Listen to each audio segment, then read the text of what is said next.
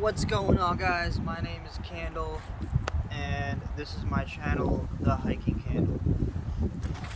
Today I want to talk to you guys about some gear that I recently, on the trail, on the Appalachian Trail, that I've switched and kind of like upgraded throughout the trail.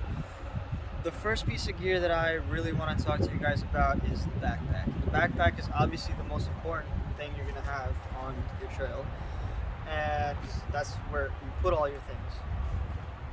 So when I started the trail, I first had a Gregory 60-liter backpack, and that was a huge backpack. And I kind of like, when I came on trail, I stuffed everything in there.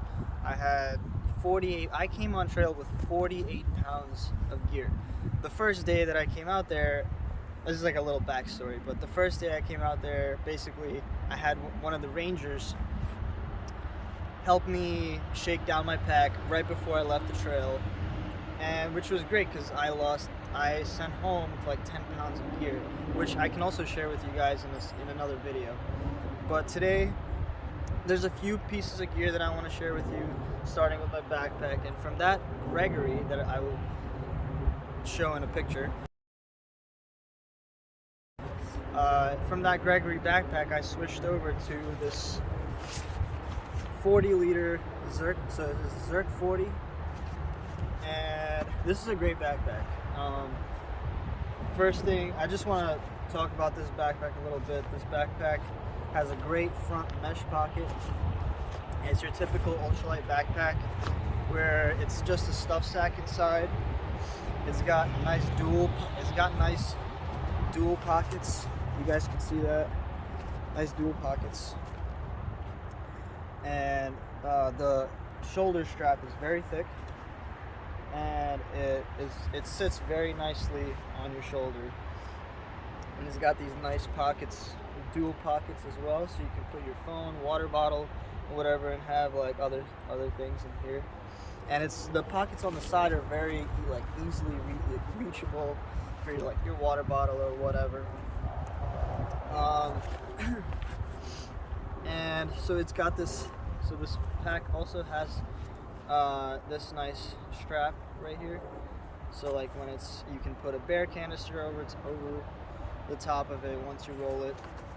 This is a roll top, so you can roll it down to whatever size you want, and then you can cinch it down with these clips right there, and you can have it as small as so I think this pack is like 32 liters like here, and then it like rolls out to 40 liters total.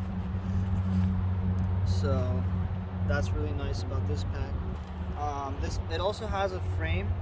It doesn't actually, this is a frameless backpack, but it does have sort of like a hard base, so it kind of feels like you have a frame on your back.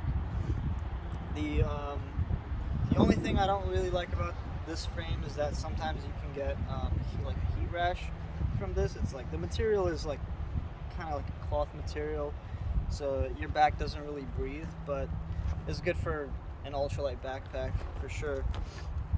The second piece of gear that I want to talk to you guys that I switched from was shoes. Now these shoes, these are the forget what they're called, Terra Venture 3s, Topos. These are what I finished the Appalachian Trail with, these right here. The balance on these are like okay, and because they're a very like slim shoe, and I mean they were the only shoe that was available for me like at the time when I walked into the outfitters and just had no other choice but to buy this shoe because this was the only one that fit. But I ended up switching from these shoes here to these Ultra Olympus 5s. These shoes are freaking magic. This shoe is actually really freaking comfortable to wear. It has really nice stack height, so it balances really well. And it's got a really, what I like about Ultras in general is that they have a really wide toe box, and it allows your fingers to move around inside. So if you're the type of person that needs like that extra space in the front of your foot box of the shoe, and you're always hiking, when you're hiking, what happens is that your foot, if you hike a lot, your foot kind of like, first of all, it molds into the shoe, and then when you also hike a lot, your foot kind of even grows a little bit too. It can expand because of like swelling, and different terrain does that to you. And these shoes are really comfortable. They're honestly really comfortable for just walking in every single day. But that's the only thing is that I noticed this wears off very quickly. I don't know if you could see right here, but this is like, it wears off very quick. The tread on here wears off very quick, and you could also see that I kind of super glued. Well, this part right here, this is Gorilla Glue. So these parts actually come off. I don't know why they made it like this, but it rips off. Like, let me know in the comments if you guys have the same problem like me with these shoes. But with this tread, it's actually one whole piece, and it just, when obviously you use it a bunch, it wears off over time. But this was just weird. It just started coming off. Like, I had to actually glue them back on. So other than that, this is like probably my favorite shoe to wear at the moment. But I'm definitely gonna look into some other options to see like if I can find something just as comfortable but with like a better tread. So if you guys know any good shoes, please leave them in the comments below. I'd love to hear it. The next piece of gear that I want to talk to you guys about is the sleeping pad. So I started off with a Thermarest sleeping pad, and it eventually popped, and that was the reason why I switched over to this pad, the Nemo switchback. Now I know, like, I'm showing you like two parts, what the heck, and one is smaller than the other. Well, this was a whole piece at some point, and eventually I cut this whole thing in two parts, and all I technically needed, because I tried to lose some weight. That was like my main thing. I tried to lose weight, so all I needed was something for my torso length. And I think each little section here weighs about an ounce. So this whole thing was like, 1, 2, 3, 4, 5, 6, 7, 8 ounces of just sleeping pad, which was great. I was honestly totally fine. I don't recommend it like for people who like to be comfortable while sleeping. So this is definitely wouldn't be your option, but it worked for me for the time being. I just needed to be like, to at least enjoy my hiking experience and like try to lighten my stuff as much as possible. But there's gear out there that's like way better than this. But the next piece of gear that I want to talk to you about is the headlamps. Now I switched from at first I started off with the Cosmo. Actually, no. First I had a Walmart brand headlamp. I don't have it now. I sent it home and I don't know where it went. But I eventually ended up switching from the Walmart one to this Cosmo Black Diamond headlamp. And it's a great headlamp, but the only thing is that it runs on like AAA batteries, and those AAA batteries are kind of heavy, like AAA batteries, and you constantly have to change them if you're walking at night, which I did eventually. So I needed a different option, and I needed something that I can actually recharge, and I didn't need to buy batteries constantly. So I switched over to the Nitecore NU25. Oh, there's a bug on me. But this headlamp is freaking awesome.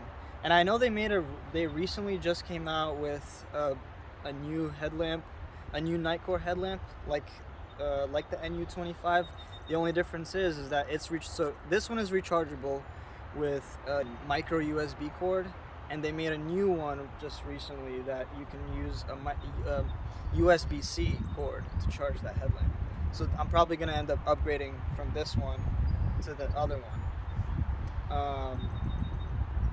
And also, I don't like, personally, I mean, this is cool and all, but I feel like to go even lighter, this whole thing, just this piece here, weighs about an ounce.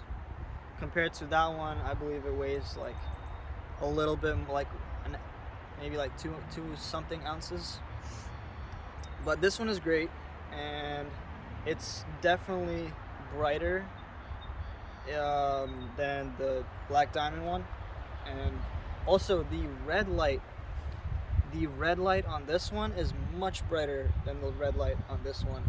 So, you know, if you're hiking at night and you just want to use your red light to not consume that much energy, you know, this one is definitely the winner here. And so that's that. And for the last piece of gear that I want to talk to you about today is I switched over from having, I bought these at Walmart. These are the power banks on power bank, and I switched from these are 8,000 milliamps. They're pretty light, and that's why I bought 2 of them. That's what I was carrying.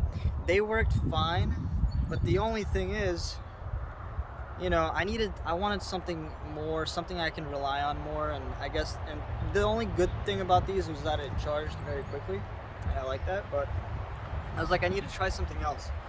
And then I found out about the Nitecore,